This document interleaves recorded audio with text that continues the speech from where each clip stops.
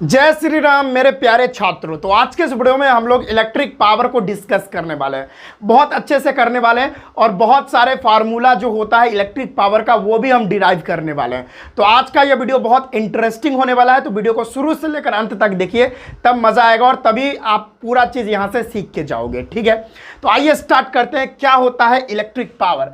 तो electric power क्या होता है कि the rate at which electrical work is done, कितने समय में कोई इलेक्ट्रिकल काम हो रहा है उसी को इलेक्ट्रिक पावर कहते हैं। दूसरे शब्दों में हम इलेक्ट्रिक पावर को इस तरह से डिस्कस कर सकते हैं, यानी डिफाइन कर सकते हैं कि the rate of doing work, the rate of doing work is called power, electric power. ठीक है, यानी यहाँ पर रेट ऑफ डूइंग वर्क जो होगा, यहाँ पर जो काम होता है वो इलेक्ट्रिकल काम होता है, यानी इलेक्ट्रिकल वर्क होता है। तो मेरे कहने का मतलब कितने समय में कोई काम हो रहा है, कितने समय में इलेक्ट्रिकल वर्क हो रहा है, उसी को इलेक्ट्रिक पावर कहते हैं। जैसे हम बहुत एग्जाम्पल अच्छा देना चाहते हैं, जैसे मैं हूँ और बगल मेरे साइड में अगर द ग्रेट खली को खड़ा कर दिया जाए और पूछा जाए कि मुझ में, मेरे अंदर और द ग्रेट खली के अंदर किसके अंदर ज़्यादा पावर है, तो इसको प्रूफ करने के लिए आप तो देख के ही बता दोगे कि भाई ग्रेट खली के पास बहुत ज़्यादा पावर होगा। लेकिन उसको भी प्रूफ करने के लिए यहाँ पर दो पत्थर रखा गया। ग्रेट खली के सामने एक 50 किलो का पत्थर रखा गया और मेरे सामने 50 किलो का पत्थर रखा गया। ठीक है, तो द ग्रेट खली वो पत्थर को उठाने में 2 सेकंड लेगा। ठीक है, और मैं जो हूँ ना, मैं तो उसको उठा भी नहीं पाऊंगा। यानी ग्रेट खली काम कर दिया 2 ही मिनट में और वही काम हमसे हो ही नहीं पाया। तो कहने का मतलब जो कम समय में ज़्यादा काम करके आपको दे उसका पावर ज़्यादा होगा। ठीक है, जो कम समय में आपको काम करके दे, जो कम समय में आपको काम करके दे तो वो उसका पावर ज़्यादा होगा। ठीक है, मान के चलो हम भी बहुत ज़्यादा पावरफुल है, लेकिन वो ग्रेट खली को वो पत्थर उठाने में 2 सेकंड लगा, मेरे को उठाने में 50 सेकंड लग गया। ठीक है, तो किसका पावर ज़्यादा हुआ? द ग्रेट खली का पावर ज़्यादा हुआ। तो ये बात होता है। तो पावर को हम कैसे समझ सकते हैं कि कोई भी व्यक्ति या कोई भी काम अगर जितने कम समय में होगा उसका पावर उतना ज़्यादा होगा। ठीक है, और ये देखो पावर का ऐसा यूनिट वाट होता है। ठीक है, जिसको W से दिखाते हैं। और एक इंपॉर्टेंट बात मैंने यहाँ पे लिख रखी है कि 1 किलो वाट बराबर 1000 वाट होता है। ये न्यूमेरिकल जब हम लोग करेंगे तब यहाँ पर आपको बात बताएंगे यहाँ पर। ठीक है, और यहाँ पर वो बहुत यूज होने वाला है। ठीक, अब बात आता है कि 1 वाट को डिफाइन कीजिए। डिफाइन 1 वाट, बहुत बार क्वेश्चन आ चुका है, तो 1 वाट को डिफाइन करते हैं। When 1 joule work is done in 1 second, अगर 1 जूल वर्क यानी 1 जूल काम 1 सेकंड में होगा उसी को 1 वाट बोलेंगे। क्या बोला मैंने बोला अगर आप 1 वाट को डिफाइन करना चाहते हैं तो 1 जूल वर्क 1 सेकंड में होगा तो वही क्या होगा? 1 वाट के इक्वल होगा। यानी अगर 1 जूल काम 1 सेकंड में हो रहा है तो उसी को 1 वाट बोलेंगे। ठीक है, इसी तरह से 1000 वाट को भी डिफाइन कर सकते हैं। समझ में आया? चलो भाई, कोई दिक्कत नहीं है।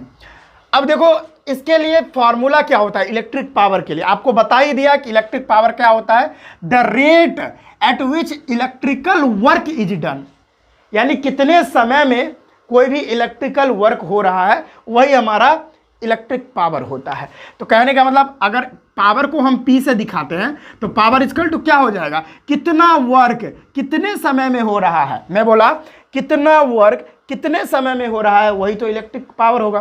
तो मैंने लिखा P इक्वल टू W/T, यानी कितना वर्क कितने कम समय में हुआ, यानी कितने समय में हुआ वही क्या हो जाएगा? पावर हो जाएगा। जहां पर P का मतलब इलेक्ट्रिकल पावर, W का मतलब वर्क डन और T का मतलब टाइम। ठीक है, इतना बात समझ में आ गया भाई? वोल्टेज कम हो गया, थोड़ा वोल्टेज बढ़ने देते हैं, तब तक थोड़ा पानी पी लेते हैं। आई होप इसमें तो प्रॉब्लम नहीं हुआ होगा आपको।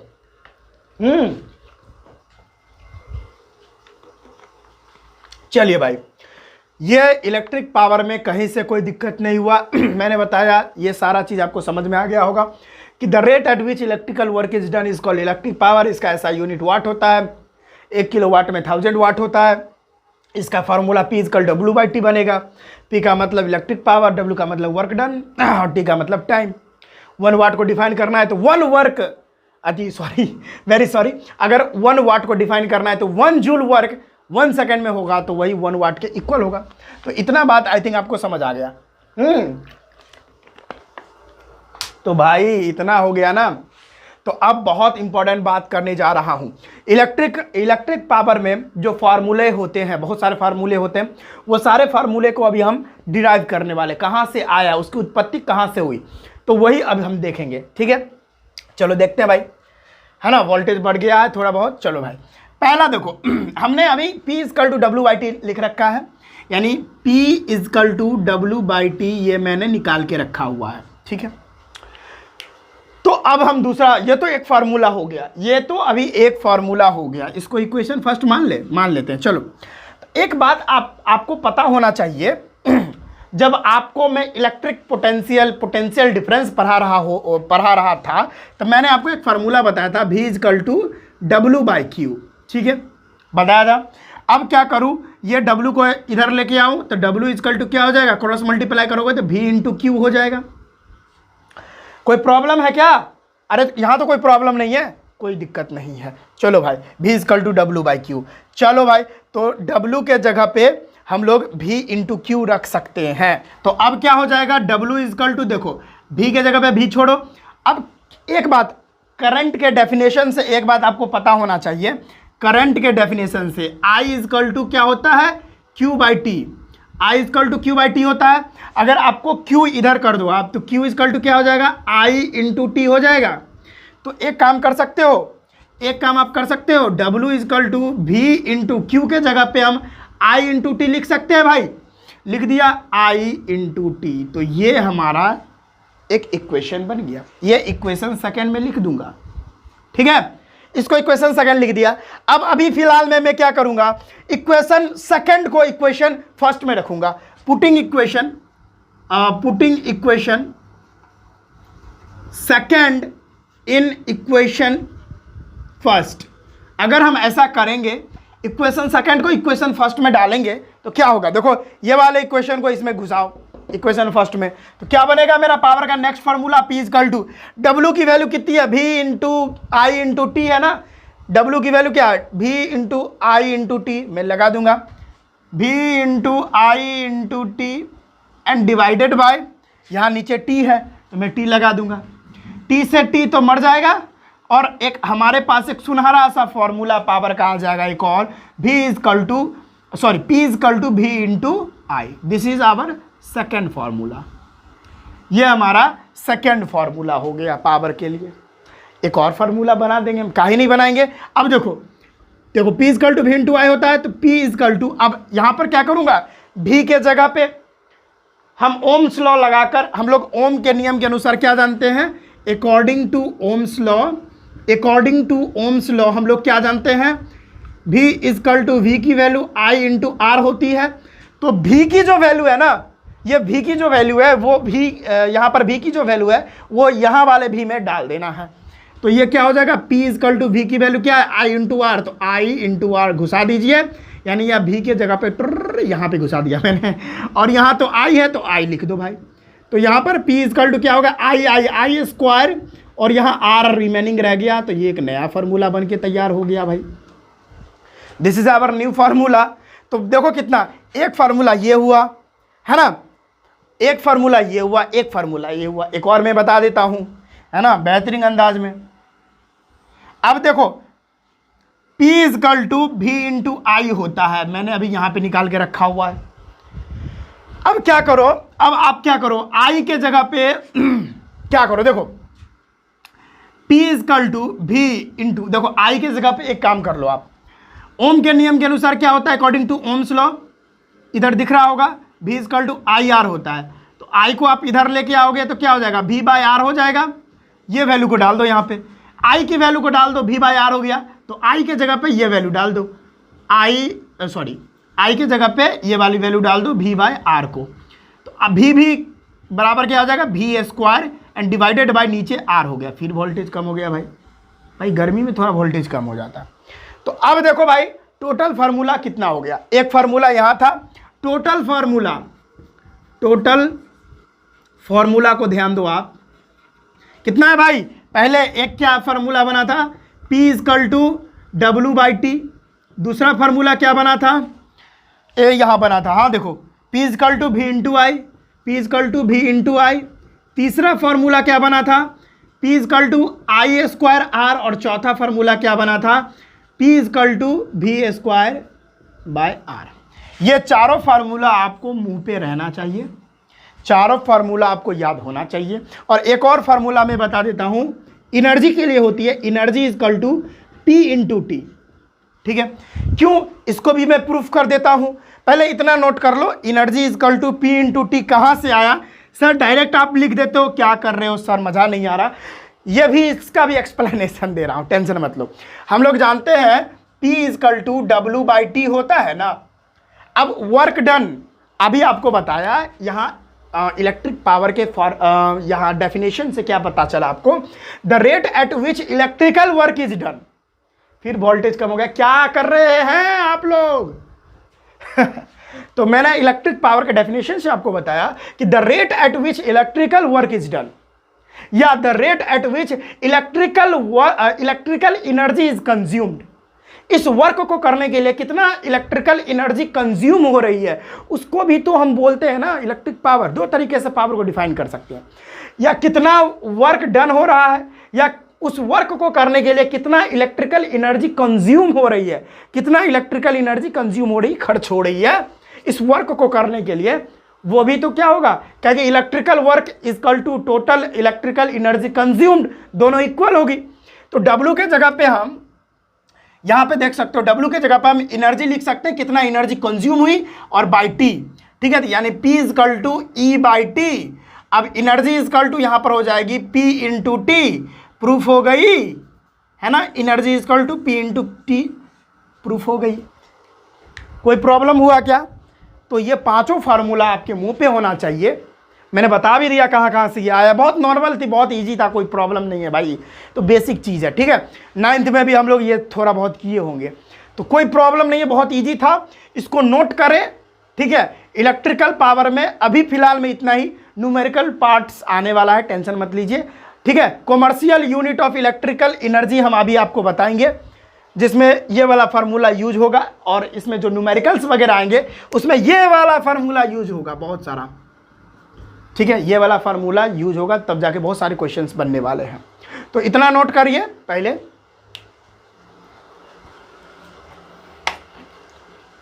तो इतना आप नोट कर लिए होंगे। एक होता है commercial unit of electrical energy, जिसको हम commercial unit of electrical energy को KWH से भी बुलाते हैं। W से किलोवाट आवर भी बोलते हैं उसको, commercial unit of electrical energy. यानी हमारे घर में जो बिजली वगैरह खपत होता है ना, कितना भाई एनर्जी खपत हुआ, कितना बिजली खपत हुआ, वो सारा जो है कैलकुलेट किलोवाट आवर में किया जाता है, यूनिट में किया जाता है। 1 kilowatt hour equal to 1 unit होता है। तो ये सारा चीज़ भी हम लोग न्यूमेरिकल्स में करने वाले हैं, जहाँ पर अगर आपको 1 किलोवाट आवर में कितना एनर्जी होता है वो कैलकुलेट करने के लिए बोलेगा, यानी 1 किलोवाट आवर में कितना एनर्जी होता है वो कैलकुलेट करने के लिए बोलेगा। आप आराम से कर सकते हो। देखो भाई, थोड़ा मैं इसको मिटाना चाहूँगा, मुझे 1 मिनट दे दीजिए प्लीज़ भाई लोग, है ना। चलो इधर मिटा के कर देता हूँ, बहुत नॉर्मल बातें हैं सारी। तो देखो भाई, जैसे ये चैप्टर कंप्लीट होगा ना, हम बहुत सारे न्यूमेरिकल्स करने वाले हैं। 2 पार्ट आएगा न्यूमेरिकल्स का, दोनों लगभग 1-1 घंटा का रहेगा, या 3 पार्ट भी बन सकता है न्यूमेरिकल्स का, जहां हम टॉपिक वाइज न्यूमेरिकल्स सॉल्व करवाएंगे। यानी जैसे रजिस्टिविटी एक टॉपिक आएगा, उस टॉपिक पे कितने न्यूमेरिकल्स हैं, 5-6 न्यूमेरिकल्स इंपॉर्टेंट करवा दूंगा, जो CBSE बोर्ड में प्रीवियस ईयर क्वेश्चन जो है, यानी जो आ चुका है क्वेश्चन। फिर हमारा रेजिस्टेंस टॉपिक है, उससे बहुत सारे न्यूमेरिकल्स करवा दूंगा, ओम्स लॉ पर करवा दूंगा, इलेक्ट्रिक पावर पर आ रहा हूँ उस पर करवा दूंगा, है ना। सीरीज और पैरेलल कॉम्बिनेशन पर बहुत सारे सर्किट सॉल्व करने के लिए आते हैं, इफेक्टिव रेजिस्टेंस निकालने के लिए आता है, वो करवा दूंगा। तो सारा चीज़ करवा दूंगा, धैर्य रखिए, टेंशन वाली बात नहीं है। तो 1 किलोवाट आवर में कितना एनर्जी होता है उसको कैसे करेंगे। देखो भाई, तो पता होना चाहिए 1 वाट बराबर क्या होता है, 1 जूल एनर्जी 1 सेकेंड में होती है, तब उसको 1 वाट कहते हैं ना। तो 1000 मतलब अगर हमको 1 किलोवाट आवर में ना, 1 किलोवाट आवर में कितनी एनर्जी है वो कैलकुलेट करना है। तो भाई इसमें आपको पता होना चाहिए 1 किलोवाट आवर बराबर होता कितना है, यानी 1 किलो में कितना होगा, 1000 वाट होगा 1000 वाट, बहुत बढ़िया। उसके साथ साथ आवर, यहाँ पर क्या है आवर, और 1000 वाट है तो यहाँ पर ऊपर में जूल है तो जूल लिख दो, और नीचे सेकंड है तो सेकंड भी लिखना पड़ेगा।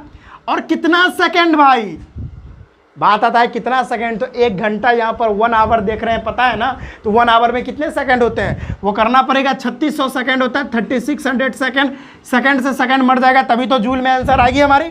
तो 1 किलोवाट आवर में हमारी जो एनर्जी होती है वो 1000 इधर हो गया और इधर 3600 हो गया।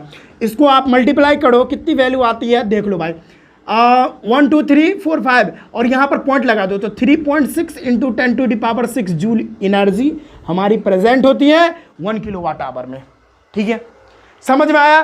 तो यहाँ से ना न्यूमेरिकल्स आएंगे। और देखो भाई, ये commercial unit of electrical energy जो होती है वो हमको बताती है कि हमारे घर में कितना जो है बिजली का खपत हुआ है, तो उसी पर जो है ना आपसे रुपया लिया जाता है। वो जो बिल आता है ना, इलेक्ट्रिक बिल जो आता है वो उसी पर आता है, यही सारे कैलकुलेशंस करके।